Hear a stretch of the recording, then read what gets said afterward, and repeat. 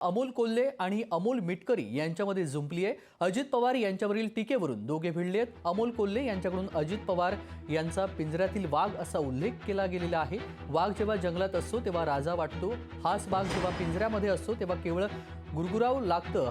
खासदार अमोल कोल्हे यांनी अजित पवार यांच्यावर ही टीका केली आहे। लोकसभेच्या तोंडावर इतकी पळापळ का करावी लागते असा सवाल देखील उपस्थित करण्यात आलाय। जेव्हा जंगलात मोकळा फिरत असतो ना तेव्हा तो जंगलचा राजा वाटतो। जेव्हा सर्कशीमध्ये रिंग मास्टरच्या इशाऱ्यावर वाघ कसरती करतो ना तेव्हा काळजाला घरं पडतात की अरे ज्या वाघावर मी जीवापाड प्रेम केलं त्याला रिंग मास्टरच्या इशाऱ्यांवर चालावं लागतं। आणि जेव्हा हाच वाघ पिंजऱ्यात बघायला मिळतो तेव्हा आणखी काळजाला घरं पडतात की अरे ज्याच्या डरकाळीनं भल्या भल्यांचा थरकाप उडत होता आज त्याला पिंजऱ्याच्या आडून फक्त गुरगुरावं लागतं आणि कुणी येणारं जाणारं त्याला दगड मारू शकतं। ही भावना जेव्हा वाघाची होते असंच महाराष्ट्राच्या हितासाठी वाघासारखी डरकाळी फोडणारे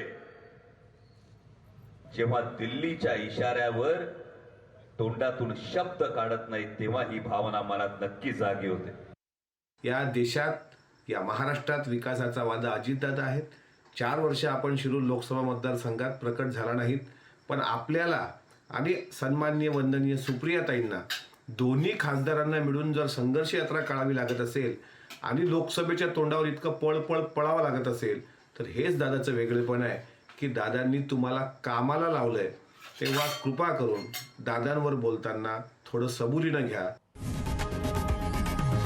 लोकशाही मराठी ऐका, पहा, जागरूक रहा।